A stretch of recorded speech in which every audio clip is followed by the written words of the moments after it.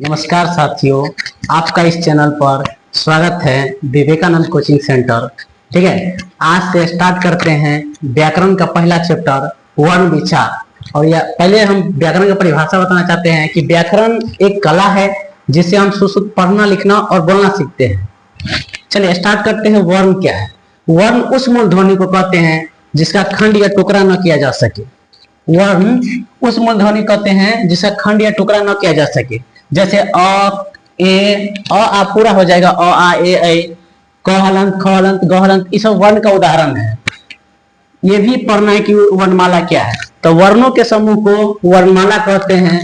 और हिंदी में वर्ण की संख्या 52 होती है, जो कि डायरेक्ट पूछता है सवाल में कि हिंदी में वर्णों की संख्या कितनी होती है, तो 52। ये पूछा जाता है कि वर्ण कितने प्रकार के होते हैं। तो वर्ण 2 प्रकार के होते हैं, स्वर वर्ण और व्यंजन वर्ण। स्वर वर्ण उस वर्ण को कहते हैं जिसके उच्चारण में किसी दूसरे वर्ण के बिना होता है। और ये जो होता है स्वर वर्ण की संख्या 11 होती है। अ, आ, हर, सी, दीर्घी, उ, उहरी, ए, ऐ, ओ, औ। इसके बाद जो होता है अंग अ, वो अयोगवा है, वो स्वर वर्ण नहीं है। चलिए आप पढ़ेंगे व्यंजन वर्ण। जिस वर्ण के उच्चारण में स्वर वर्ण की सहायता ली जाती हो उसे व्यंजन वर्ण कहते हैं। जैसे क हलंत है, इसमें अ जोड़ते हैं तब बनता है शुद्ध से क। तो इसमें हमें स्वर वर्ण की सहायता ली गई हो।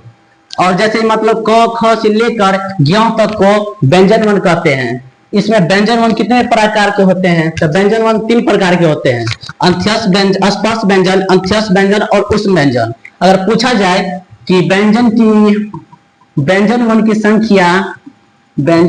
संख्या कितनी होती है, तो व्यंजन वर्ण की संख्या 33 होती है। डायरेक्ट पूछता है, इस बार 2025 में मैट्रिक बोर्ड में पूछा गया क्वेश्चन है कि व्यंजन वर्ण की संख्या कितनी है, तो व्यंजन वर्ण की संख्या 33 होती है। और व्यंजन वर्ण कितने प्रकार के होते हैं? 3 प्रकार के बताएंगे, स्पर्श व्यंजन, अत्यस्थ व्यंजन और उष्म व्यंजन। इसके अलावा एक संयुक्त व्यंजन है, इसमें प्रकार में हम नहीं जोड़ते, उसे अलग से पढ़ना पड़ता है।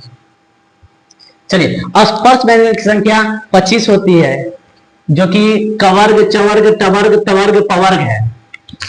कवर्ग कहते हैं क ख से लेकर अंग तक, क ख ग घ अंग को कवर्ग पढ़ते हैं। और च छ ज झ य को चवर्ग पढ़ते हैं। ट ठ ड ढ न को टवर्ग पढ़ते हैं। और प फ ड ढ न को चवर्ग पढ़ते हैं। प फ ब भ म को पवर्ग पढ़ते हैं। अगर सबके ऐड किया जाए तो स्पर्श व्यंजन की संख्या 25 होती है। और अंत्यस्थ व्यंजन जो होता है 4 होता है, य र ल ब। डायरेक्ट पूछता है क्वेश्चन में कि अंत्यस्थ व्यंजन की संख्या कितनी होती है, तो 4 होती है। और ऐसा भी पूछता है कि य र ल ब को कौन सा व्यंजन कहते हैं, तो अंत्यस्थ व्यंजन कहते हैं। इसके अलावा उष्म व्यंजन, तलावी, समूर्धन, सद्धम को उष्म व्यंजन कहते हैं, इसकी संख्या 4 होती है। इसके अलावा बताए थे संयुक्त व्यंजन, उसकी संख्या 4 होती है, जो कि पूछा जाता है छत्र व्यस्त्र कौन सा व्यंजन है, तो कहेंगे संयुक्त व्यंजन। अब देखेंगे हिंदी ध्वनि के उच्चारण स्थान, बहुत इंपॉर्टेंट VVI है। हर एक एग्जाम में पूछा जाता है कि कंठ से कौन सा वर्ण बोला जाता है, तो कवर्ग मतलब क ख से लेकर अंग तक। और इसके अलावा याद करेंगे अ आ और ह और विसर्ग, ये जो हुआ कंठ से बोला जाता है। तालु तो मतलब च छ ज झ य, यहाँ तक है तालु। और ई और य। और ये तो याद रहता है कि तलावी से तालु से होता है, मूर्धन से मूर्धा से, और दंत से दांत से होता है। इतनी तो याद रहेगा। चलिए मूर्धा से ट ठ ड ढ न, ई है मूर्धा से बोलने वाला। इसके अलावा है री और मूर्धन से मूर्धा से। इसके बाद दंत से बोलने वाला ट थ ड ध न, कौन चीज से बोला जाता है, तो दंत से। और इसके अलावा होता है ल और दंत स। ओष्ठ, जिसमें ओष्ठ सट जाए उसे ओष्ठ वर्ण कहेंगे, जैसे कि प फ ब भ म। इसके अलावा एक और होता है दूठो उ और उ, ओष्ठ वर्ण है। इसके अलावा और पढ़ेंगे कि कंठ तालु से कौन सा वर्ण बोला जाता है, तो ए और ऐ। ए जो बनता है अ प्लस ई से बनता है। और अ जो बनता है कंठ से बोला जाता है, तालु से बोला जाता है। मिला के ए जो होता है कंठ तालु से बोला जाता है। और ए ऐ। दंथोष्ठ इसी प्रकार वह है। और ओ कथी से बोला जाता है, तो कंठोष्ठ से, कंठ और ओष्ठ दोनों से।